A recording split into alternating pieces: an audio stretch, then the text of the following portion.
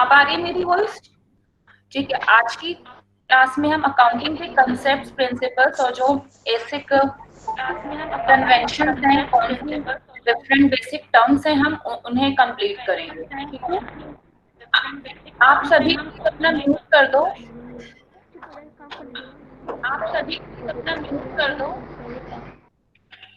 मेरी ही आवाज आ रही है, प्लीज आप सभी म्यूट कर दो। ठीक है, तो accounting not only record the financial transactions and conveys the financial position, यानी कि जो अकाउंटिंग है यानी कि वो हमारे सिर्फ और सिर्फ फाइनेंशियल पोजीशन को ही नहीं बताती, हमें उनको जो भी हमने रिपोर्ट प्रिपेयर की है, ठीक है, जो भी हमने डॉक्यूमेंट्स में उन रिपोर्ट्स को एनालाइज किया है, उन रिपोर्ट्स को हमने प्रिपेयर किया है, वो एक कंप्लीटली ठीक है ना यूजफुल फॉर्मेट में है या नहीं। ठीक है, तो यानी कि it also analysis and reports the information in documents, तो डॉक्यूमेंट्स में भी उस इंफॉर्मेशन को क्या करता है, रिपोर्ट को यानी कि प्रिपेयर करेगा, एनालाइज करेगा, तो called the financial statement. Clear? So यानी कि हमें किस तरीके से उन इंफॉर्मेशन को अपने डॉक्यूमेंट में प्रिपेयर करना है, तो उन डॉक्यूमेंट में प्रिपेयर करने के लिए हमें कोई ना कोई हमारी गाइडलाइंस प्रिपेयर होनी चाहिए। तो हमारी अगर गाइडलाइंस होंगी, देखो सभी के लिए सेम होगी, ठीक है ना। अगर कुछ हम अकाउंटिंग के जो रूल्स है उन्हें सेट कर देते हैं, तो वो जो रूल्स होंगे वही रूल सभी के लिए होंगे। ठीक है, अगर वो रूल्स यानी कि हम सभी के लिए कॉमन है, हम सभी के लिए सेम है, तो हमें मिस्टेक्स को फाइंड आउट करने में यानी कि जो कंपनी किस टाइप से डील कर रही है उन सब में हमारे लिए इजी होगा। और मेन इजी होगा इन्वेस्टर्स के लिए, कि इन्वेस्टर्स हैं कि वो डिफरेंट कंपनीज के बीच में यानी कि जो उनके ट्रू फाइनेंशियल एक्सपेक्ट है यानी कि उसे एनालाइज कर सके। The job of the accounting is done by the professionals who have educational degrees, obviously यानी कि जो अकाउंटिंग का काम है उन्हीं के द्वारा होगा जिनके पास एजुकेशनल डिग्री है, acquired after the years of the study, जो कि ईयर ऑफ स्टडी के द्वारा एक्वायर्ड की जाती है। while a small business may have an accountant or bookkeeper, जबकि एक स्मॉल बिजनेस के पास एक अकाउंटेंट और बुक कीपर होता है कि वो मनी ट्रांजेक्शन्स को रिकॉर्ड कर सके। तो to record money transactions a large corporation has an account department. ठीक है, तो इट मीन्स कि हमारे पास एक स्मॉल हो या यानी कि हर टाइप के बिजनेस में ये डिफरेंसेस हैं। तो ये एक इंफॉर्मेशन को सप्लाईज करेगा मैनेजर, जो कि उस कंपनी को क्या करे, गाइड करे, which supplies information to managers who guide the company। ठीक है, यानी कि ये इंफॉर्मेशन यानी कि उनको देता है जो कि कंपनी को क्या करेंगे, गाइड करेंगे। Investors who want to know how the business is doing, ठीक है, इन्वेस्टर्स यानी कि जो कि ये बताते हैं किस तरीके से कि जो कैसे बिजनेस है वो कैसे बिजनेस करेंगे। तो इट मीन्स कि हमें इन सभी के लिए, अगर मैं आपसे कहूंगी यूजेस कौन कौन से हैं अकाउंटिंग कंसेप्ट्स के, प्रिंसिपल्स के, कन्वेंशंस के, तो ये उनके डिफरेंट यूजेस हैं। तो investors who want to know how the business is doing, analysed and brokerage firms dealing with the company stock, यानी कि जो भी ब्रोकेज फर्म्स है जो कि कंपनीज के स्टॉक के साथ क्या हो रही हैं, डील कर रही हैं। तो ये भी एक डिफरेंट एक्सपेक्ट्स हमें उसमें चेक करना है। और the main thing is the government, government के लिए भी एक सिंपल है कि मतलब अगर एक हमने प्रिंसिपल या फिर हमने रूल्स जो कि इन सबको सेट किया है वो सभी के लिए सेम है, कॉमन है, तो गवर्नमेंट अपना जो टैक्स है यानी कि कंपनी से किस तरीके से जो टैक्स है वो कलेक्ट करना चाहिए वो निकाल पाएगी। तो the government which decides how much tax should be collected, ठीक है, फ्रॉम दी कंपनी से, ठीक है ना। तो वो किस तरीके से क्या होगा, कितना टैक्स कलेक्ट करना चाहिए, ये भी जो गवर्नमेंट है वो डिसाइड करेंगे। अब तक इनमें कोई डाउट तो नहीं है किसी को, समझ में आया कि जो ये अकाउंटिंग के जो कंसेप्ट्स हैं इन सब में क्या है, अकाउंटिंग की जॉब कौन कौन सी है, डिफरेंट अकाउंटिंग जॉब्स के बारे में। ठीक है, यानी कि गवर्नमेंट के लिए हमारे कौन सा डिफरेंट है, गवर्नमेंट के लिए भी ये काफी इंपॉर्टेंट है। Next is the accounting principles. Actual में अगर मैं प्रिंसिपल्स की बात करती हूँ, प्रिंसिपल्स का एक सिंपल सा रूल है। तो principles is equal to the concepts and convention. ठीक है, आप उसको लिख सकते हैं। तो जो प्रिंसिपल्स हैं, प्रिंसिपल्स का मतलब है accounting principles is equal to concept plus convention. Concept है, ठीक है, उसमें आप कन्वेंशन को क्या कर दो, ऐड कर दो, तो वही हमारे प्रिंसिपल बन जाते हैं। यस ठीक मैम। है, तो कह रहे हैं कि अब यहाँ पे आप सिंपली देखिए क्या लिखा है, accounting principle based on. Ma'am आपने बताया कि अकाउंटिंग जो कंसेप्ट्स होते हैं वो परमानेंट होते हैं और अकाउंटिंग कन्वेंशन चेंज हो सकते हैं आगे जाके, तो अकाउंटिंग प्रिंसिपल्स भी चेंज होंगे आगे जाके अगर करना चाहे तो? प्रिंसिपल्स तो दोनों मिलके बनता है ना। प्रिंसिपल्स का मतलब क्या होता है, प्रिंसिपल्स का मतलब है कि ये हमारे कुछ जर्नल गाइडलाइंस हैं कि आप भाई अगर आप कहीं पर भी मतलब जॉब करोगे या फिर कहीं वर्क करोगे तो उसके लिए क्या है, तो वहां के क्या कुछ सर्टेन रूल्स नहीं होंगे, और यानी कि सर्टेन सिचुएशंस में या फिर स्पेसिफिक सिचुएशंस में वो रूल्स हम मॉडिफाई भी करते हैं ना। तो वही सेम, यस मैम। अगर एक अकाउंटेंट प्रिंसिपल्स को सेट कर रहा है, ठीक है, उन प्रिंसिपल्स के बेसिस पे वो क्या कर रहा है, वर्क कर रहा है, तभी तो दोनों में डिफरेंसेस है। अगर दोनों में कोई डिफरेंसेस ही नहीं होता तो क्या अकाउंटिंग कन्वेंशन कोई टर्म होती नहीं होती। तो नो अकाउंटिंग मैम। जो कन्वेंशन है वो कोई एक टर्म ही नहीं होती।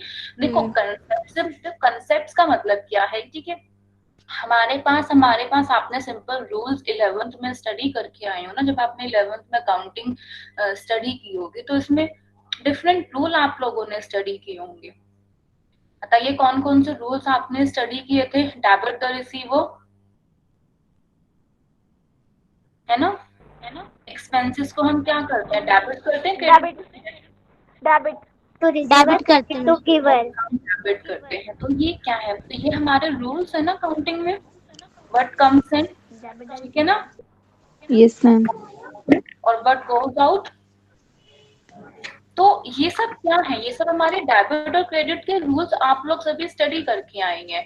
तो इट मीन्स कि ये अगर आपके सर्टेन प्रिंसिपल सर्टेन गाइडलाइंस ही तो है, लेकिन हमारे पास जो हमने क्या कर दिया, इन रूल्स के अलावा भी हमारे कुछ कंसेप्ट्स हैं। हमें हमेशा ध्यान रखना चाहिए कि बिजनेस अलग है और हम अलग है। अगर मेरा खुद का बिजनेस है, ठीक है, यानी कि हम ये सब क्या है जो अभी सब कुछ आप लोगों ऑलरेडी, ऐसा नहीं है कि ये मैं कुछ आपको न्यू समझा रही हूँ, आप लोगों ने 11th में ये सब कुछ स्टडी किया है, लेकिन जो स्टडी करना चाहिए था आप लोगों ने सिर्फ वो स्टडी नहीं किया। कंसेप्ट का मतलब सबको पता है, ठीक है, कन्वेंशन, लेकिन कंसेप्ट और कन्वेंशन में डिफरेंसेस क्या है ये नहीं पता। ठीक है, तो यानी कि अगर हम एक टाइम के साथ साथ देखिए, टाइम के साथ साथ क्या होता है कि कुछ जो रूल्स हैं, कुछ प्रिंसिपल्स हैं, वो हमारे जो गाइडलाइंस है वो चेंज हो सकती है। ऐसा नहीं है, अभी तक ऐसा कोई सिचुएशन अराइज नहीं हुई है कि हम उन कन्वेंशन को क्या करें, चेंज करें, लेकिन हमने फिर भी सोचा कि कुछ स्पेसिफिक कंडीशंस में, स्पेसिफिक सर्कमस्टांसेस में हम उन रूल्स को क्या कर सकते हैं, चेंज कर सकते हैं। क्योंकि देखिए हमारी लाइफ भी क्या है, मतलब भी कि एक कम्प्लीटली स्टैटिक नहीं है, ठीक है। अगर हमारी लाइफ एक कम्प्लीटली फिक्स नहीं है तो हम एक यानी कि कंपनी की लाइफ को कैसे हम उसे फिक्स बेसिस पे कर सकते हैं। यानी कि हमें हमारे कुछ यानी कि हम अपने कुछ एक प्रिंसिपल्स को लेके चलते हैं, है ना, जैसे कि हमें किसी के साथ गलत नहीं करना चाहिए। तो हमारे ये अपने खुद के ये क्या है, कंसेप्ट है। अगर ये हमारा खुद का कंसेप्ट है, पर लेकिन हमें लगता है कि नहीं सामने वाला हमारे साथ गलत कर रहा है तो हमें भी, तो यानी कि कहीं ना कहीं आपके जो कन्वेंशन है वो चेंज कर रहे हैं। तो ये वही सेम चीज हमारी अकाउंटिंग के साथ भी है। और जितने भी सारे हमारे अकाउंटिंग के प्रिंसिपल्स हैं ये इंटरनेशनली फॉलो किए जाते हैं। ध्यान देना, tradition have been evolved by the accounting authorities and regulators and are followed internationally. और वो इंटरनेशनली फॉलो किए जाते हैं. So these principles which serve as the rule for accounting for financial transactions के लिए या अकाउंटिंग के लिए रूल्स को सर्व करते हैं यही प्रिंसिपल्स, क्योंकि यही यानी कि डिफरेंट हमारे पास प्रिंसिपल्स हैं. फाइनेंशियल ट्रांजेक्शंस के लिए अकाउंटिंग के रूल्स को बताएंगे और फाइनेंशियल स्टेटमेंट्स को प्रिपेयर करेंगे. And preparing financial statement are known as generally accepted accounting principle. तो हम उन्हें GAAP हम उन्हें generally accepted accounting principles कहते हैं. इतना क्लियर हुआ. आगे देखिए क्या लिखा है. It ensure that the common practice and convention are followed. ठीक है, एक एक चीज को आप भी अच्छे से समझिएगा. It ensure that the common practices and conventions are follow and that the common rules and procedures are complied with. कहने का मतलब है कि अगर आप यानी कि उन प्रैक्टिस उन कन्वेंशंस को उन कंसेप्ट्स को अगर आप फॉलो कर रहे हो तो ऑब्वियसली उनके जो डिफरेंट रूल्स हैं, ठीक है, वो भी उनसे क्या होने चाहिए, वो भी उनके साथ कंप्लीटली मैच करने चाहिए. This observance of accounting principles has helped, ठीक है, डेवलप्ड ए वाइडली अंडरस्टूड ग्रामर. यानी कि हमारे लिए एक फाइनेंशियल स्टेटमेंट को प्रिपेयर करने के लिए, रिकॉर्ड करने के लिए ये एक टाइप के ये क्या है, ग्रामर है और एक वोकैबुलरी है. सो यानी कि it should be said that just as there may be variation in the usage of the language by the two people, ठीक है ना, living in the two continent, तो माइनर डिफरेंसेस तो होते ही हैं कि हमारे पास ये एक सिंपल सा है कि अगर हम एक ही एरिया में, ठीक है, या फिर एक ही स्टेट में हमारे पास दो यानी कि पीपल वहां रहते हैं तो वो उनकी लैंग्वेज को बोलने में डिफरेंसेस हो सकते हैं. तो उसी तरीके से कि एक अकाउंटेंट दो अकाउंटेंट हैं, उनके अकाउंटिंग रूल्स और प्रोसीजर्स को अप्लाई करने में, ठीक है, उनके अकाउंटिंग के रूल्स और प्रोसीजर्स को अप्लाई करने में भी, ठीक है ना, उनके डिफरेंसेस माइनर डिफरेंसेस हो सकती हैं. So there may be minor differences in the application of the accounting rules and procedure. ठीक है.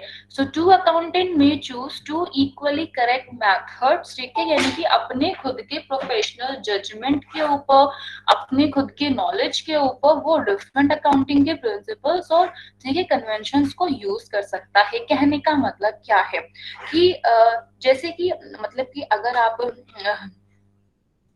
रूल्स को स्टडी करोगे तो डिफरेंट अकाउंटिंग जो अकाउंटेंट हैं वो उन रूल्स को अपने तरीके से, अपने डिफरेंट पैटर्न से क्या करेंगे, उन्हें स्टडी कर सकते हैं.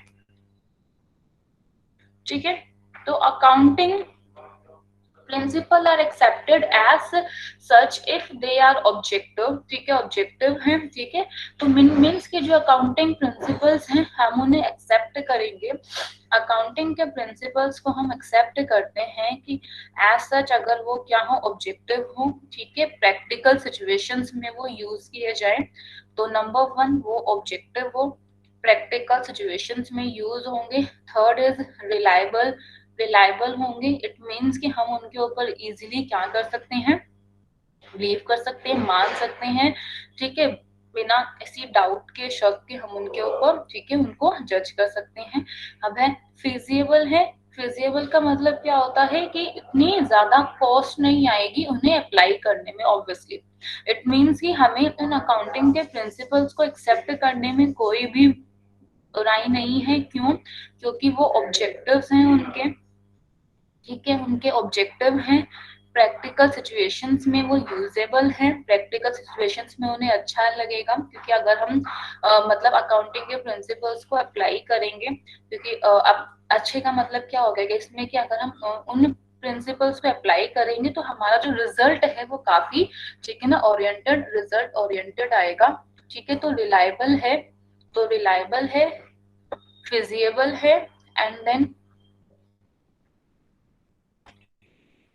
comprehensible to those with basic knowledge of finance. ठीक है, यानी कि जिनके पास इजीली उन्हें फाइनेंस के बेसिक नॉलेज है, ठीक है, वो उनके साथ भी इजीली यानी कि वो मैच कर सकते हैं, यानी कि उनको उनके लिए भी इसको अंडरस्टैंड करना क्या होगा, सेम होगा, इजी होगा।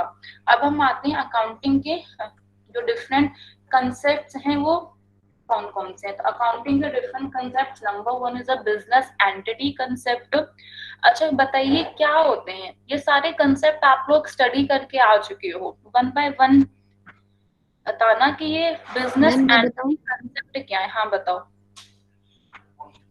Ma'am according to the business entity principle, ma'am इसमें ये होता है कि इसमें ओनर और बिजनेस को अलग माना जाता है बिल्कुल।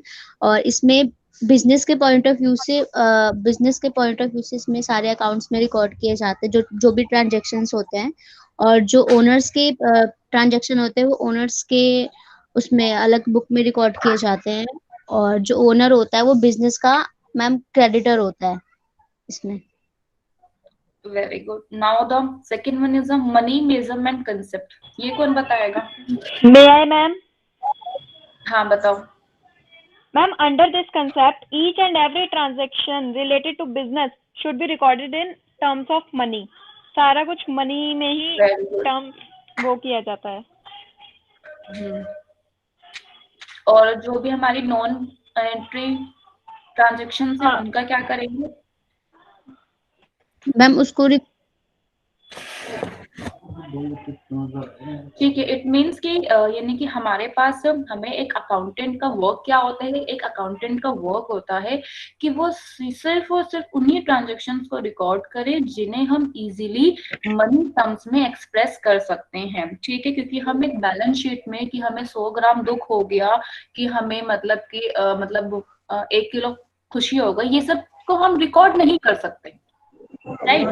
तो जो भी हमारे पास नॉन नेट के ट्रांजेक्शन होंगी हम उन्हें रिकॉर्ड नहीं करेंगे, और जो अदर टाइप की ट्रांजेक्शन हैं हम उन्हें बैलेंस शीट के नीचे, कि लाइक हमारी कंटिजेंसी जो हमारी लाइबिलिटीज हैं या फिर हमारे कंटिजेंट ट्रांजेक्शन होती हैं, हम उन्हें अकाउंटिंग के, ठीक है ना, उसके बैलेंस शीट या हमारे प्रॉफिट एंड लॉस अकाउंट के हम सेपरेटली उसको साइड में या फिर नीचे से हम सेपरेटली लिखेंगे।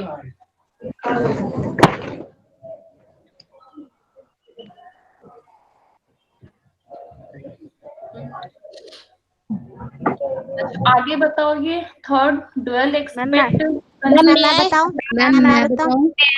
मैम मैं बताऊं? जिसमें मैम मैं फर्स्ट और टू लाइन हो वो नहीं बताना। ओके मैम मैं बताऊं? हाँ बताओ, मे आई वाला बताओ। Ma'am according to this concept, ma'am business में हमेशा जो ट्रांजैक्शंस होंगी वो डुअल एस्पेक्ट होंगी, मतलब उनके हमेशा 2 अकाउंट बनेंगे। दो अकाउंट अगर एक अकाउंट डेबिटेड होगा तो दूसरा क्रेडिटेड होगा, डबल एंट्री सिस्टम चलेगा। ठीक है, क्योंकि हर ट्रांजेक्शन के लिए अगर कोई डेबिट होगा तो उसके साथ उसका कॉरस्पॉन्डिंग क्रेडिट भी होगा। जैसे मान लीजिए आपने शॉपकीपर को पैसे दिए, तो आपके यहाँ से डेबिट हुआ तो शॉपकीपर के अकाउंट में क्या हो गया, क्रेडिट हो गया। ठीक है, the recording of a transaction is complete only with the dual expect. कह रहे हैं कि ट्रांजेक्शन्स की जो रिकॉर्डिंग है वो कंप्लीट हो सकती है only with this dual expect. इस डुअल एक्सपेक्ट के साथ ही ट्रांजेक्शन की रिकॉर्डिंग को हम कंप्लीट कर सकते हैं। फोर्थ बताओ, कॉइन कंसेप्ट मैं क्या होता है? बताऊं? हाँ बताओ। मैम इसमें ये होता है कि जो ओनर होता है मतलब वो अगर मर भी जाए तो बिजनेस को कोई वो फर्क नहीं पड़ता, वो चलता ही रहेगा लॉन्ग टाइम तक। मैम इसमें ये है। क्योंकि इसमें हम ये ट्रीट करके चलते हैं कि क्योंकि इसमें हमारे पास वो दोनों सेपरेट हैं, अलग हैं। तो जो बिजनेस है वो एक किसी भी पर्सन के ऊपर डिपेंडेंट नहीं है। तो a business is expected to continue for a fairly long time, ठीक है। और अपने जो जो भी ऑब्लिगेशन, आवाज आ रही है मेरी? नहीं मैम। मैम आ रही है।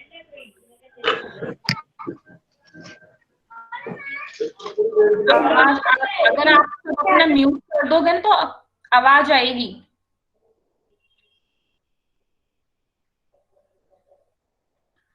ठीक है। तो in accounting a business is expected to continue for a fairly long time and carry out its commitment and obligation, और अपनी जो भी कमिटमेंट्स हैं, अपनी जो भी डिफरेंट ऑब्लिगेशंस हैं, उन्हें कैरी आउट करेंगे।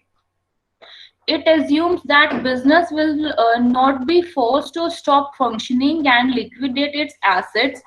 कह रहे हैं कि ये assume किया जाता है कि business will not be force to stop functioning, ठीक है, कि यानी कि बिजनेस को यानी कि फोर्स नहीं किया जा सकता कि वो क्या कर सके, अपने काम को रोक दे, क्योंकि इस कंसेप्ट में बिजनेस अलग है और बिजनेस को चलाने वाला, रन करने वाला अलग है। बेशक वो जो काम है वो उसी का ही हो, ठीक है। इट मीन्स कि आप उसे उसमें कोई दूसरे मैनेजर को हायर करके यानी कि उसके वर्क को आगे कंटिन्यू कर सकते हो। Next is a cost concept. ये कौन बताएगा?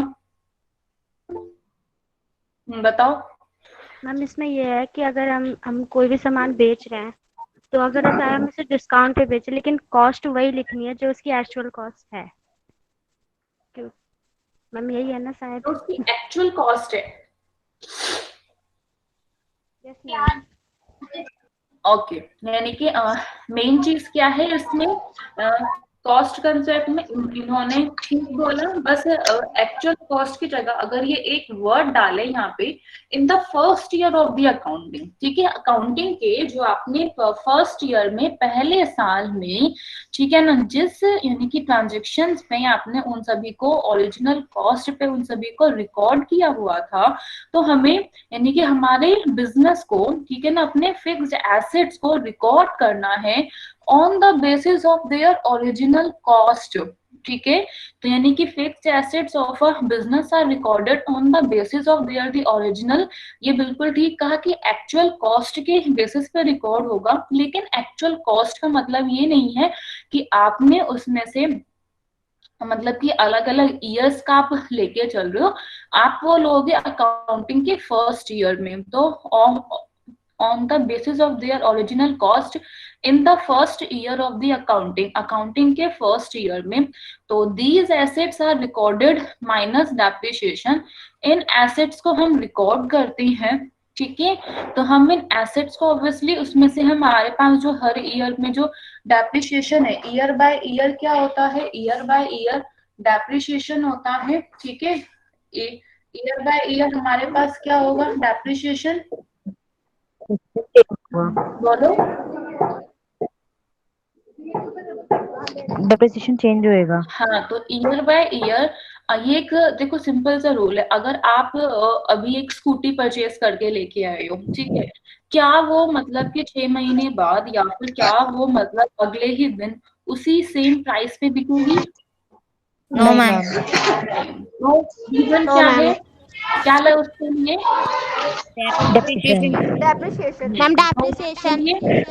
डेप्रिसिएशन लगता है, ठीक है। तो यस इट मैम। मीन्स कि आप एक दिन का भी हो सकता है कि आपने मतलब कि आज परचेज करके लेके आए हो, कल वो 5,000 6,000 कम बिके, 6 महीने बाद हो सकता है कि उससे भी आधे में हो जाए, ठीक है। पर उसमें हर दिन के हिसाब से उस एसेट्स पे हमारे पास डेप्रिसिएशन लगता है। कहने का मतलब क्या, और बेशक आपने उसे यूज ना की हो, आपने उसे रन ना किया हो, ये Yes, हमारा ma'am. अकाउंटिंग का कंसेप्ट है ना, तो वही हाँ जी लिखा है कि हमें, ठीक है, इट मीन्स कि हमें देखो ये जो कॉस्ट कंसेप्ट है, कॉस्ट कंसेप्ट का मतलब क्या कहते हैं कि हमें यहाँ पे मार्केट में प्राइस में उसमें कितना फॉल हो रहा है, मार्केट में कितना राइज हो रहा है, वो हम अकाउंट में नहीं रखते, ठीक है। नो राइज और fall in the market price is taken into the account, ठीक है ना। मार्केट प्राइस में फॉल कितना हो गया, ठीक है, राइस कितना हो गया, वो हम अकाउंट में नहीं रखेंगे।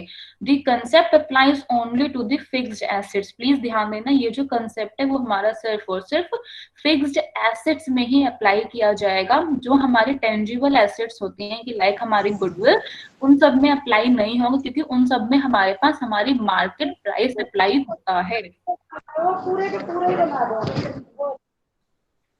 क्लियर हुआ या नहीं? Yes ma'am. Yes ma'am. Yes ठीक है? Ma'am. Yes Yes, ma'am. ma'am. आपको बहुत डिटेल में समझा रही हूँ। नेक्स्ट है आपके पास कॉस्ट कंसेप्ट हो गया। Next is the six one is accounting year concept. Accounting year concept explain कीजिए, कौन बताएंगे? मैम बताओ। मैम न्यू बच्चे बताइए जिन्होंने अभी तक एक्सप्लेन नहीं किए। मैम मैं बताऊं? बताओ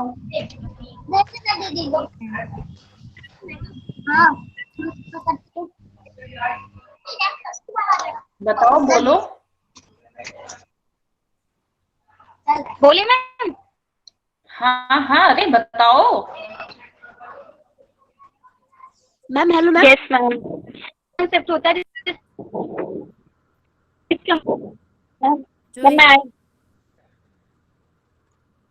मंथली, क्वार्टरली, और अगर कोई हमें तीनों में दे सकते हैं, मोस्टली एनुअली होता है। मैं बताऊं? यही है ma'am accounting year concept.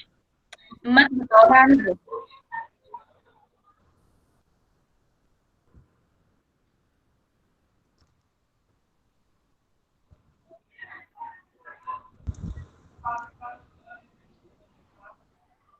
Ma'am मैं बताऊं? देखो, नहीं, मैं सही से नहीं बता रही हूँ। अब है अकाउंटिंग ईयर कंसेप्ट क्या होता है। देखिए, मेन चीज क्या है कि जैसे हमें क्या करना पड़ता है, हमारे पास देखो एक बिजनेस में क्या होता है, यानी कि डेली बेसिस पे लेन देन होगा, ठीक है, होता है या नहीं होगा।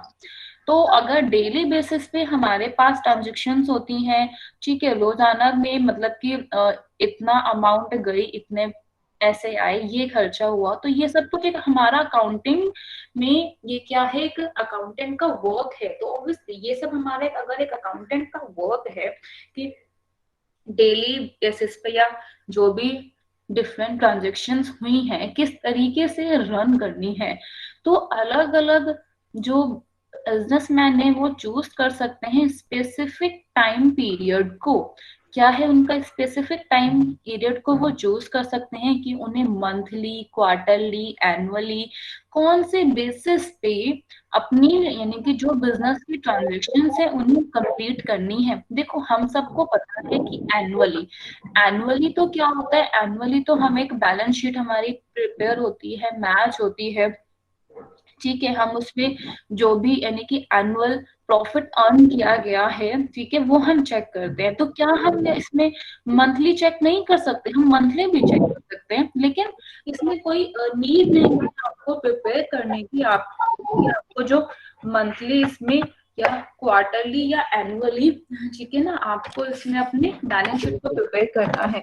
बैलेंस शीट तो आप अपनी एक एनुअली भी प्रिपेयर कर सकते हो, ठीक है, लेकिन क्या एक बिजनेस है वो एक मंथली बेसिस पे, ठीक है, मंथ में दिन में उसने इतनी अर्निंग की है, इतना उसने कमाया है, क्या वो डेली बेसिस पे, मंथली बेसिस पे अपने प्रॉफिट और लॉस को चेक नहीं कर सकता? ऑब्वियसली वो अपने डेली बेसिस पे भी, ठीक है, मंथली बेसिस पे भी उन सबको चेक कर सकता है।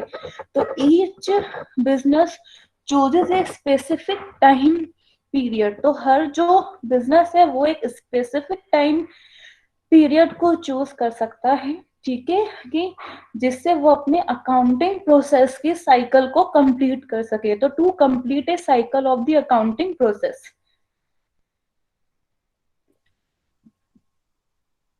Next is your the matching concept. अब मैचिंग कंसेप्ट के बारे में बताओ। मैम मैं बताऊं?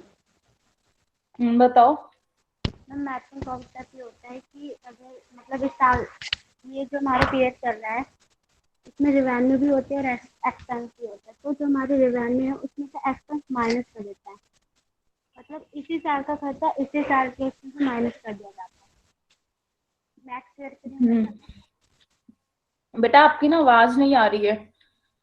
मैम एक मिनट मैम, इसमें ये होता है कि अगर इस साल के रेवेन्यू में से इसी साल के एक्सपेंस को माइनस कर दिया जाता है, अगर नेक्स्ट ईयर का एडवांस भी आ जाता है तो उसे इस साल के उसमें रिकॉर्ड नहीं किया जाता।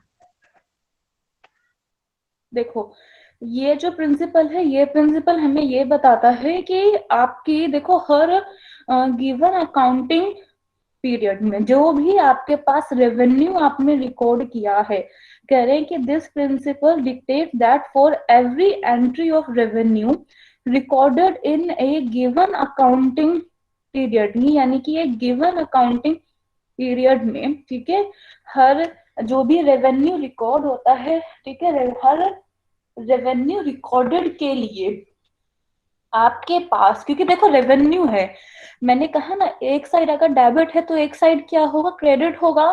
तो अगर एक साइड, एक के साइड के लिए रेवेन्यू है तो दूसरे के लिए एक्सपेंस हो सकता है।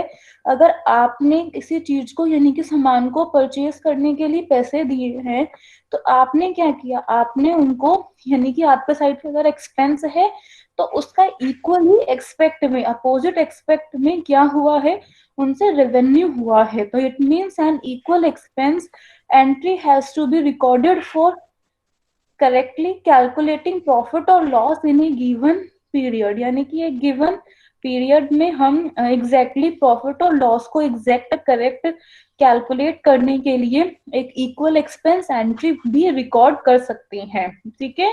तो हमारे पास, क्योंकि देखिए जनरली हमें अपनी लाइफ को भी बैलेंस करने के लिए हमारे पास क्या होगा कि हमें सुख और दुख दोनों ही मिलते हैं। तो उसी तरीके से अकाउंटेंट को भी, ठीक है ना, अपनी एंट्री को अपने सही से करेक्ट प्रॉफिट और लॉस को कैलकुलेट करने के लिए इक्वल साइड की जो भी उसकी ट्रांजेक्शन्स हैं, जो भी इक्वल साइड की रेवेन्यू है और जो भी एक्सपेंसेस है उनको वो इक्वली, ठीक है, क्या करना होगा, रिकॉर्ड करना होगा। तभी एक अकाउंटेंट अच्छे से अपने वर्क को प्रॉपरली करेगा। क्योंकि देखिए प्रॉफिट हमें सही निकालना है, ठीक है ना। मान लीजिए कि अगर आपने कि कुछ मिस्टेक कर दी है, ठीक है, अकाउंटिंग या आपने प्रिंसिपल्स में काफी सारी अगर आपने मिस्टेक्स की हैं, तो कुछ मिस्टेक्स की हैं जिसके कारण से उसका कंप्लीटली रिकॉर्डिंग नहीं हो पा रही है, यानी कि जो कंप्लीट जो उसकी बैलेंस शीट है वो मैच नहीं हो रही है।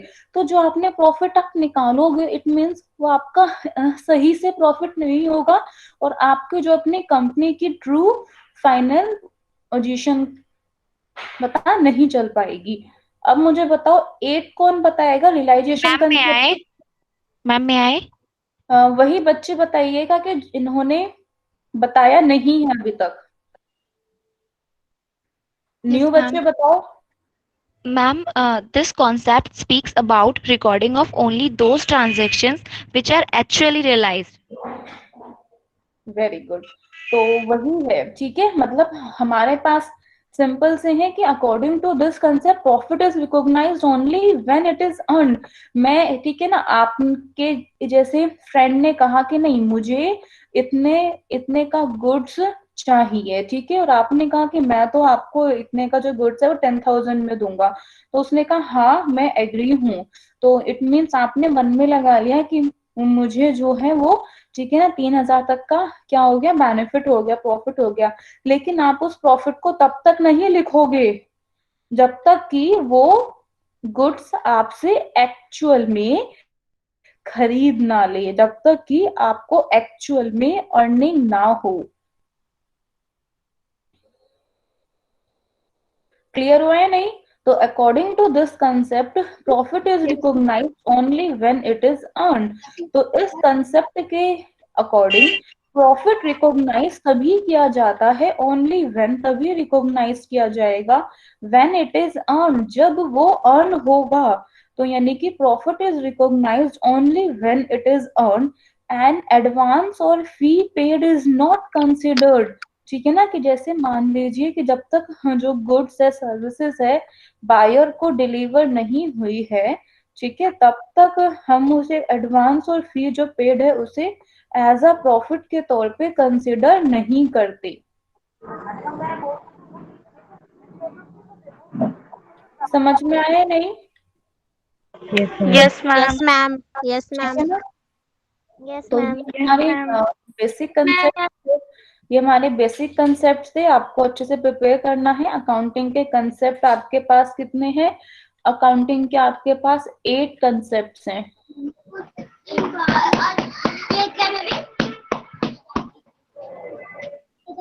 मैम प्लीज आप क्या डुअल एस्पेक्ट कॉन्सेप्ट फिर से रिपीट कर सकती हैं? हाँ, मैं बताऊं देती हूँ आपको। डुअल एक्सपेक्ट कंसेप्ट में आपको क्या समझ नहीं आया, पहले ये बताओ।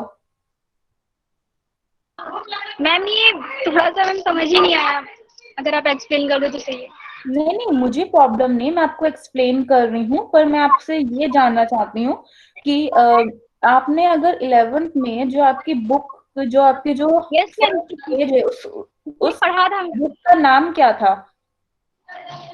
मैम। बुक का नाम टीएस बेवल। और हेडिंग क्या थी बुक की? मैंने ऑथर का नाम नहीं कहा, बुक का नाम क्या था? Double ma'am entry ma'am very double good. क्या था? Double entry. ठीक है ना, डबल एंट्री से आपकी बुक का नाम। देखो डबल एंट्री का मतलब क्या होता है? बोथ क्रेडिट एंड एक साइड डेबिट साइड डेबिट और एंट्री। एक साइड क्रेडिट, मतलब हाँ, तो यानी कि बोथ हर साइड। ट्रांजेक्शन से प्लीज मन में ना बोलिए, मुझसे बोलिए। तो हर ट्रांजेक्शन के क्या है, डेबिट साइड भी है और एक क्रेडिट साइड भी है। ठीक है, for each and every transaction there is a debit and credit side also. Mummy बिल्ली आएगी। ठीक है ना, there are debit and credit side also. तो डुअल एक्सपेक्ट कंसेप्ट क्या होता है? डुअल एक्सपेक्ट कंसेप्ट में फॉर द एवरी क्रेडिट, हर क्रेडिट के लिए एक कॉरस्पॉन्डिंग डेबिट इज मेड। यानी कि हर हमें क्रेडिट अगर आपके पास, ठीक है, क्रेडिट हो है, तो इट मीन्स कि उसका कोई ना कोई कॉरस्पॉन्डिंग डेबिट भी होगा। जैसे कि मान लीजिए आपने बैंक में पैसे सबमिट किए, आपने बैंक में पैसे जमा किए, तो आपके हाथ से जो कैश है वो तो कम हो गया ना, वो तो डेबिट हो गया। और जो बैंक का जो क्रेडिट है, बैंक का जो बैलेंस है वो बढ़ गया। तो यानी कि बैंक का बैलेंस आपका क्रेडिट हो गया, लेकिन आपका जो कैश इन हैंड था वो डेबिट हो गया। तो यानी कि एक ही ट्रांजेक्शन की आपकी डेबिट और क्रेडिट दोनों ही ट्रांजेक्शन हुई हैं। सो this is called the recording of a transaction is complete only with this dual expect. तो इसी डुअल एक्सपेक्ट्स के साथ से हम एक ट्रांजेक्शन की रिकॉर्डिंग को पूरा कर सकते हैं, कंप्लीट कर सकते हैं। Is it clear? Yes ma'am. Yes yes ma'am. Ma'am. Yes thank you ma'am. Ma'am. Recording of the yes ma'am. Transaction is complete only with this dual expect. तो इसी डुअल एक्सपेक्ट्स के साथ हम एक ट्रांजेक्शन की रिकॉर्डिंग को finish कर सकते हैं, कंप्लीट कर सकते हैं।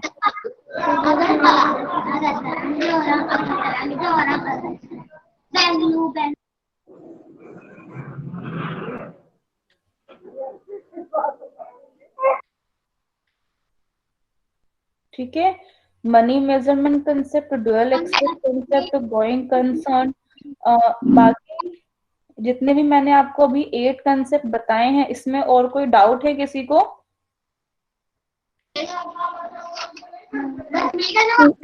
No ma'am. No ma'am, no ma'am. Okay, now next क्या है? कन्वेंशन। कन्वेंशंस क्या होती हैं? तो अकाउंटिंग कन्वेंशंस के लिए हम स्टडी करते हैं, there are the 4 main conventions in practice in accounting. तो अकाउंटिंग में प्रैक्टिस में 4 मेन कन्वेंशंस होती हैं। 4 मेन कन्वेंशंस हैं, कौन कौन से? Conservatism, consistency, full disclosure, materiality. यानी कंजर्वेटिज्म का मतलब क्या हो गया? कंजर्वेटिज्म इज ए कन्वेंशन, ये एक टाइप का ऐसा कन्वेंशन है by which when two values of a transaction are available. देखो हम यहाँ पे सिंपली है, ये ध्यान देना, हम यहाँ पे क्या चाहते हैं। देखो हमारे पास, हमें लगता है कि जैसे आपने कहा कि नहीं, आपने अपने फ्रेंड को बोला कि नहीं कि मैं ये जो गुड है ये मैं गुड यानी कि 10,000 का है। ठीक है, उसने फिर अभी तो उसने कहा ठीक है, वो एग्री किया। लेकिन जब वो लेने आया, तब जब वो गुड्स को लेने आया, तब उसने बोला कि ये जो है, ठीक है, मुझे बाहर मार्केट में, ठीक है, 9,000 का मिल रहा है। तो उसने, तो आपने कहा कि मैं सिर्फ इसके अंदर सिर्फ 500 ही कम करूंगा, 1,000 नहीं। तो कहने का मतलब क्या है कि कभी ना कभी हमारे पास एक दो एक्सपेक्ट हो जाती है। ठीक है, आपको ऐसा लगा कि नहीं आपका फ्रेंड वो 10 में ही लेगा, तो आपने अपने प्रॉफिट को पहले से ही क्या कर दिया, ओवर एस्टिमेट करके रख दिया। तो हमें ये चीजों को अवॉइड करना है, क्योंकि देखो अगर आप ओवर एस्टिमेट करोगे अपने प्रॉफिट को, फिर उसी के अकॉर्डिंग अपने आगे ट्रांजेक्शन्स को करोगे, ठीक है, लेकिन एक्चुअल में उतना प्रॉफिट नहीं हुआ होगा क्योंकि आपने ओवर एस्टिमेट किया है, एक्चुअल में ज्यादा हुआ कम हुआ है लेकिन आपने ओवर एस्टिमेट कर दिया। तो जो भी आपके बिजनेस की ट्रांजेक्शन्स होंगी वो सब कुछ क्या हो जाएंगी, इम्बैलेंस हो जाएंगी। So conservatism is a convention, एक ऐसा कन्वेंशन है बाय विच जिसके द्वारा when two values of a transaction are available, कि जब ट्रांजेक्शन की जो दो वैल्यूज अवेलेबल होती है, तो यानी कि इज ए कन्वेंशन है, ठीक है, by which when two values of a transaction are available, कि जब ट्रांजेक्शन की टू वैल्यूज अवेलेबल होती है तो lower value transaction is recorded. तो हम जो लोअर वैल्यू ट्रांजेक्शन है हम उसे रिकॉर्ड करते हैं। सो प्लीज अंडरस्टूड दैट कि अगर ट्रांजेक्शन की आपको टू वैल्यूज अवेलेबल है तो हम कौन सी ट्रांजेक्शन की, हम लोअर वैल्यू ट्रांजेक्शन को रिकॉर्ड करते हैं। तो बाय दिस कन्वेंशन, इस कन्वेंशन के द्वारा profit should never be over estimated. It means कि कंजर्वेटिज्म आपको ये कह के चलता है कि आपको ये नहीं सोचना कि मुझे मतलब कि सिर्फ और सिर्फ प्रॉफिट ही होगा, नहीं, आपको लॉस भी होता है, ठीक है, आपको बिजनेस में लॉस के लिए भी प्रिपेयर रहना है। ये अगर हम यही सोचे कि हम हमेशा बिल्कुल ठीक रहेंगे, फिट रहेंगे, हम कभी बीमार नहीं होंगे, ये हमें नहीं सोचना। हमें क्या करना है, हमें उसके लिए पहले से ही प्रिपेयर रहना है। तो वही सेम चीज है। तो by this convention profit should never be over estimated, तो यानी कि हमें प्रॉफिट को कभी भी ओवर एस्टिमेट नहीं करना चाहिए। And there should always be a provision for losses, तो हमारे पास लॉसेस के लिए भी एक प्रोविजन होने चाहिए। So there should always be a provision for losses, तो हमारे पास लॉसेस के लिए भी क्या प्रोविजन होने चाहिए। क्लियर हुआ या नहीं? Yes ma'am. Yes ma'am. Yes ma'am. अच्छा, अब मुझे बताओ ये कंसिस्टेंसी कन्वेंशन कौन बताएगा? मैं बताऊं? बताओ। मैम इसमें ये होता है कि इसमें जो बिजनेस होता है एक ही मेथड या प्रैक्टिस को लेकर चलता है, जैसे कि फॉर एग्जांपल डेप्रिसिएशन। तो अगर वो डेप्रिसिएशन करता है तो सिर्फ एक ही मेथड से करता है जो कि है एसएलएम, और उसको हर साल वही यूज करता है, जिससे कि जो यूजर्स होते हैं आसानी से समझ सकते हैं। क्या है कंसिस्टेंसी का मतलब, क्या होता है, the use of the same accounting principles, कि जैसे मान लीजिए देखो एक कंसिस्टेंसी होनी चाहिए, कि जैसे मान लीजिए कि आपके भी अपने खुद के मतलब थॉट्स हैं, ठीक है, अगर वो मतलब एक एक घंटे में क्या करेंगे, वेरी करेंगे, तो आपका भी जो आपका जो आउटपुट है, रिजल्ट है, वो अच्छा नहीं आ पाएगा। तो कंसिस्टेंसी का मतलब क्या है कि अगर हम एक अकाउंटेंट है, जिस प्रिंसिपल्स को वो फॉलो कर रहा है, अगर वो एक ही, ठीक है ना, अकाउंटिंग के प्रिंसिपल्स को, अकाउंटिंग के पीरियड को वो फॉलो करता है, ठीक है, तो उससे उसके जो मतलब प्रॉफिट और जो लॉस को कैलकुलेट करने में आसानी रहेगी। अगर वो मान लीजिए इस महीने तो उसने दूसरे रूल्स को फॉलो किया, अकाउंटिंग के कंसेप्ट को दूसरे को फॉलो किया, इस मंथ में नेक्स्ट मंथ में उसने यानी कि उनको चेंज कर दिया, तो जो सेम अकाउंटिंग प्रिंसिपल्स अगर फॉलो नहीं होंगे तो क्या मतलब कि जो ओवरऑल जो उसका प्रॉफिट और लॉस आएगा, क्या वो सही निकल पाएगा? नहीं, क्योंकि वो उसके सेम स्टैंडर्ड्स के बेसिस पे प्रिपेयर नहीं है, तो वो उसके सेम स्टैंडर्ड के बेसिस पे नहीं निकल पाएगा। सो consistency prescribe the use of the same accounting principle. तो कंसिस्टेंसी प्रिस्क्राइब करता है सेम अकाउंटिंग प्रिंसिपल्स के यूज को from one period of an accounting cycle, एक अकाउंटिंग साइकिल के एक पीरियड से लेके अगले तक, नेक्स्ट तक। अगर वो सेम ही रहेगा तो ज्यादा इजी होगा कि जो भी उसके मैनेजर्स हैं उनको भी यानी कि अपने प्रिंसिपल्स को अप्लाई करने में आसानी रहेगी, इजी रहेगा। तो so that same standard are applied to calculate the profit and loss। तो प्रॉफिट और लॉस को कैलकुलेट करने के लिए कि एक सेम स्टैंडर्ड ही अप्लाइड हो सके, तो so that the same standards are applied to calculate the profit and loss. Clear हुआ है नहीं? Yes ma'am.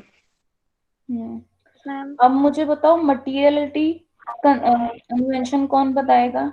मैम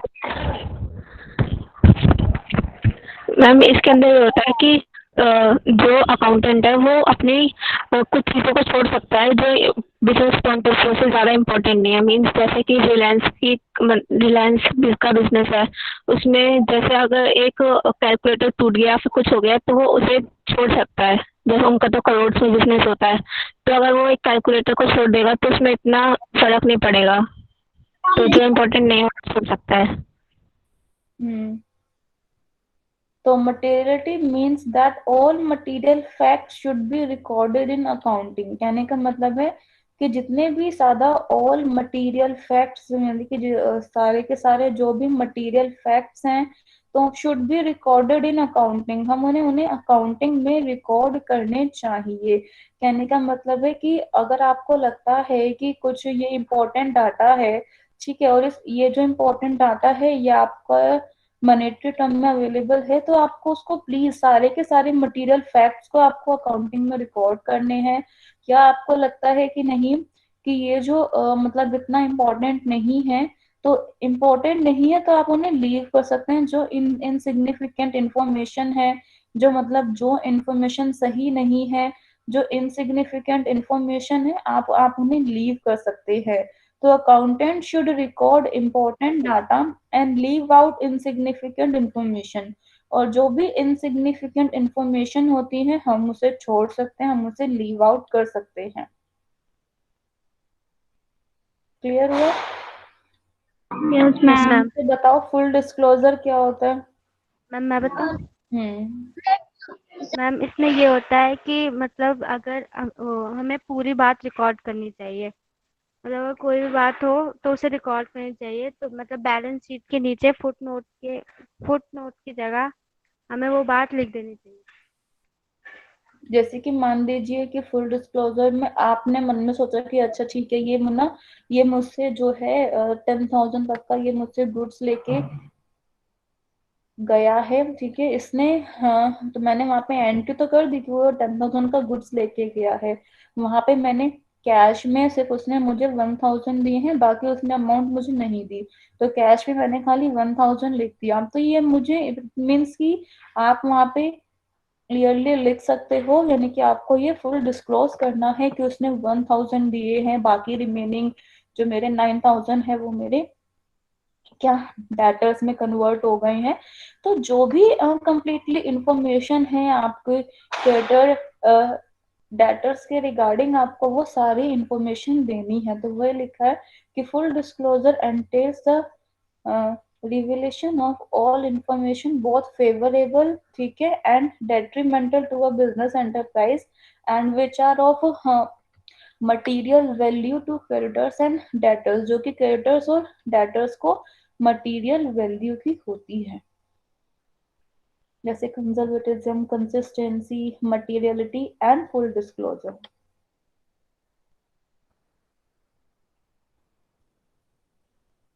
क्लियर हुआ है नहीं? Yes ma'am. Yes ma'am. Yes ma'am. अब तक मैम कोई डाउट तो नहीं है?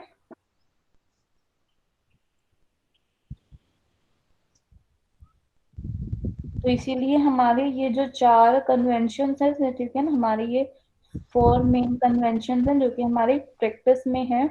मेन आपको बता दिए, ठीक है। अब है बेसिक अकाउंटिंग टर्म्स कौन कौन से हैं। हम बेसिक अकाउंटिंग टर्म्स को देखते हैं, ठीक है। ये कुछ हमारे बेसिक अकाउंटिंग टर्म्स हैं। इनमें से ये सब कुछ तो इतना इम्पोर्टेंट नहीं है, पर आप काफी कुछ स्टडी भी करके आए हो, तो बताइए बेसिक अकाउंटिंग टर्म्स में सब लोग स्टडी करके आए हैं और मैंने कहा भी था कि आपको स्टडी करना है। तो बताओ अकाउंटिंग इक्वेशंस क्या होती हैं?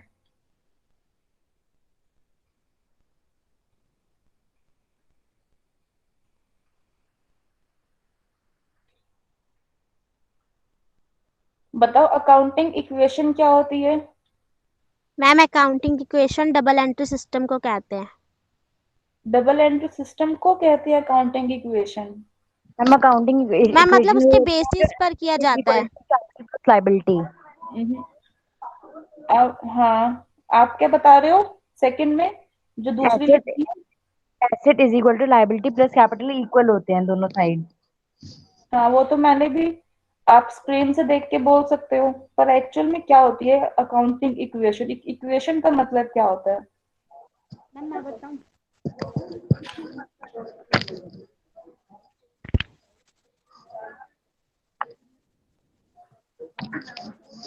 मैम मैं बताऊं? बताओ। मैम इसमें मैम अकाउंटिंग इक्वेशन इसमें मैथमेटिकली वो एक्सप्रेशन एक्सप्रेशन जो शो करता है एसेट और लाइबिलिटी को इक्वल। Yes ma'am. तो हम अगर हम एक सिंपल से बोल रहे हैं कि अकाउंटिंग इक्वेशन क्या है, तो अकाउंटिंग इक्वेशन हमारे पास क्या है? Assets is equal to the liabilities plus the shareholders equity, यानी कि हमारे पास जो भी क्या है, शेयर होल्डर्स की इक्विटी है, यानी कि जो भी शेयर होल्डर्स का जो मेरे पास बैलेंस है। कहने का मतलब क्या है, देखो, यानी शेयर होल्डर्स इक्विटी को हम यहाँ पे कैपिटल भी बोल सकते हैं।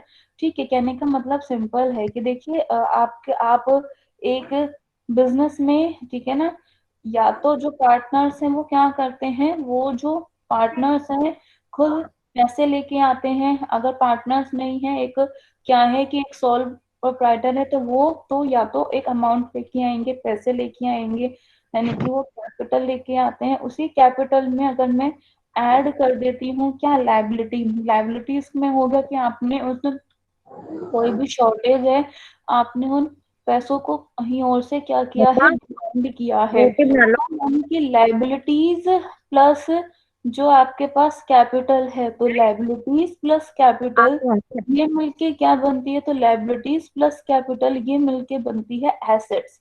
तो this means that all the assets owned by a company, एक कंपनी के द्वारा जो भी सारी एसेट्स, ऑल एसेट्स ओन की जाती है, ठीक है, वो या तो लोन लेके आई है, ठीक है, फाइनेंस की गई है, या फिर वो इन्वेस्टर्स की इक्विटी से हुई है, या तो मतलब इन्वेस्टर्स खुद लेके आए हैं। तो यानी कि हम ये ट्रीट करके चलते हैं कि वो जो एसेट्स है, तो वो जो एसेट्स बिलोंग किसकी कर रही है, वो जो एसेट्स है वो एक कंपनी की बिलोंग कर रही है। वो जो एसेट्स है वो एक हमारी ऑर्गेनाइजेशन, वो हमारी एक कंपनी की एसेट्स है। अब उन एसेट्स है वो दो, यानी कि जो भी इसमें एसेट्स है, या तो हो सकता है कि वो जो एसेट्स है 50% लाइबिलिटीज से लेके आई हो, उधार लेके आई हो, और 50% खुद की हो। वो जो 50% उधार लेके आई है वो मेरे पास क्या है, लाइबिलिटीज है, और जो 50% वो जो खुद की है, तो वो मेरे पास क्या है, कैपिटल है। So assets is equal to liabilities plus capital. So this is the equation, और ये इक्वेशन इस बेसिस के ऊपर फॉर्म की गई है। ठीक है, तो यहाँ पे एसेट्स का मतलब क्या होता है, cash, account receivable, inventory etcetera, ठीक है ना, जो कि कंपनी के पास है, तो दैट इज कंपनी possesses। तो assets here stand for the cash, account receivable, inventory etc, जो कि कंपनी क्या करती है, possess करती है। ये क्लियर हुआ है नहीं?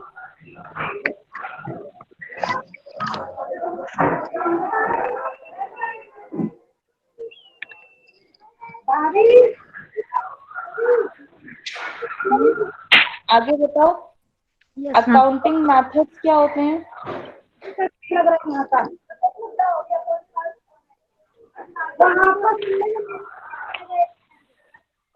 आप लोग प्लीज अपना म्यूट कर दो।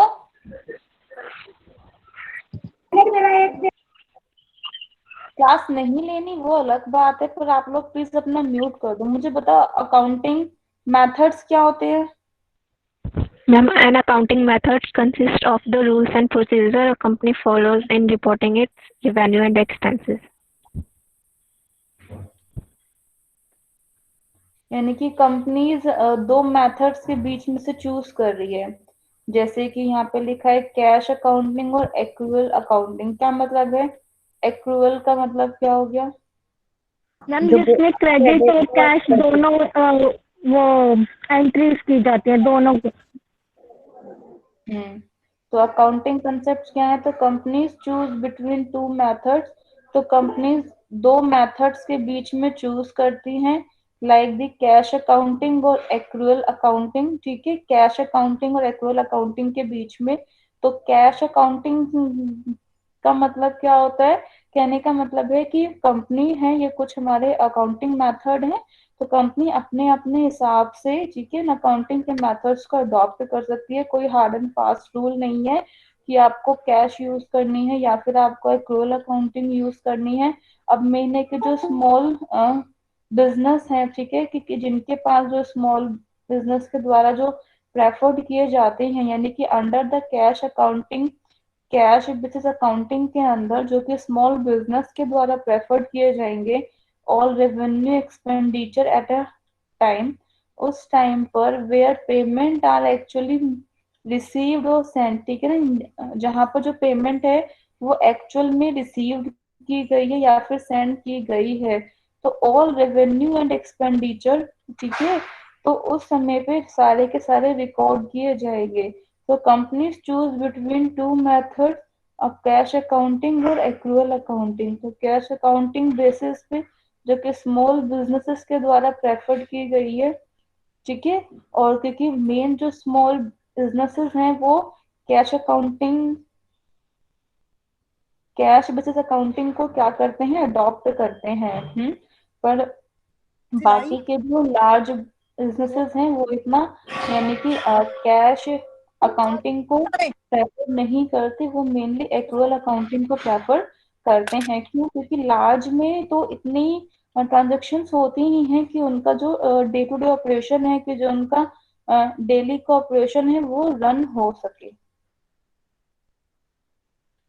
ठीक है, तो under the accrual basis accounting income is recorded when earn, ठीक है ना, इनकम रिकॉर्ड की जाती है जब अर्न की जाती है ना, एक्सपेंसेस को रिकॉर्ड करता है जब इनकर्ड होता है। अब बताओ accounting receivable, accounting payable, accrual accounting में क्या क्या डिफरेंसेस हैं?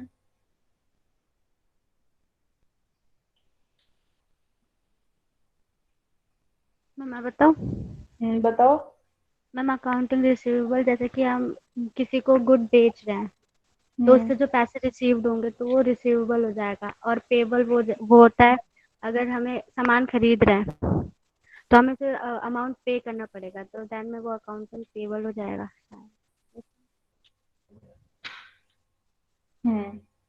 ठीक है, तो accounting receivable the sum of the money owned by your customer after goods and services have been deliver. तो ठीक है, मतलब कि आपने जो गुड सर्विसेज हैं जो मान ली कि उनको दिए हैं, तो आप उसके द्वारा, उसके बदले में जो कस्टमर के द्वारा जो पैसे दिए जाएंगे, हम उसे अकाउंट रिसीवेबल कहते हैं। ठीक है, नेक्स्ट इज अकाउंट पेबल। अगर आपको लगता है कि ये जो मतलब अकाउंट रिसीवेबल है, आर है, इतना पैसा मतलब आना था, ठीक है, या फिर आप ये है कि ऑलरेडी उधार में इतना अमाउंट दे रखी थी, इतना अमाउंट आनी है, तो जिससे पैसे आने हैं तो वो हमारे क्या हो जाएंगे? अकाउंट रिसीवेबल हो जाएंगे, ए आर हो जाएंगे, यानी कि हमारे वो ए आर हो जाएंगे, बी आर हो जाएंगे। ठीक है, अकाउंट रिसीवेबल, ठीक है, या फिर bills receivable. Next is account payable. ये तो सिंपल है कि जैसे आपको सप्लायर को, ठीक है, या फिर रॉ मटेरियल का जो भी सप्लायर है, या फिर इनकी इन सब के लिए क्या है? मनी अमाउंट आपको पे करना है। So the amount of the money you on, ठीक है, क्रेडिटर सप्लायर्स, तो आप देते हो इन, ठीक है, return for the goods and services they have delivered, जो भी गुड्स उन्होंने डिलीवर्ड किया है उसके बदले में, उसके रिटर्न में। क्लियर हुआ? Yes ma'am. ठीक है, अब बताओ मुझे एक्रूअल अकाउंटिंग कौन सी होती है? मैम मैम एक्रूअल अकाउंटिंग कौन सी होती है? Ma'am actual accounting cash basis पे की जाती है और इसमें कैश और क्रेडिट ट्रांजैक्शन को रिकॉर्ड किया जाता है। और एक्रूअल, मैंने कैश नहीं पूछा, एक्रूअल अकाउंटिंग पूछा है। Ma'am accrual accounting unlike understand cash basis of accounting income is record on which basis? Income basis. ठीक है, यानी कि आप सिंपल से एक्रूवल अकाउंटिंग को हम जब तक हम एक्चुअल में इनकम अर्न नहीं करते हैं हम तब तक उसको इनकम नहीं मानते हैं। ठीक है, पर एक सिंपल सा आप टर्म्स में डाल दीजिए। एक्रूवल अकाउंटिंग का मतलब क्या होता है कि एक्रूवल अकाउंटिंग में आपके पास एक आउटस्टैंडिंग की जो अकाउंटिंग होती है, आपको अगर अपनी अकाउंटिंग को एक्रूवल बेसिस पे करना है तो आपको जो भी अकाउंटेंट है उसे इन्फॉर्म करना होगा। ठीक है, उसको आपको बताना पड़ेगा कि वो एक्रूवल अकाउंटिंग एक कौन से लेवल की, ठीक है, कौन से ट्रांजेक्शन्स को वो अच्छे से अडॉप्ट कर सकते हैं। हो गया ना? और कोई डाउट है किसी को? No ma'am. No ma'am. No ma'am. Ma'am देख लो, पूछ लो किसी को, और कोई डाउट हो तो। No ma'am. No ma'am. हाँ, कोई डाउट नो नहीं है। मैम। हाँ, ठीक है, तो प्रेजेंटिंग बंद कर देती हूँ। मैम अटेंडेंस ले लो अब। हाँ, 1 मिनट।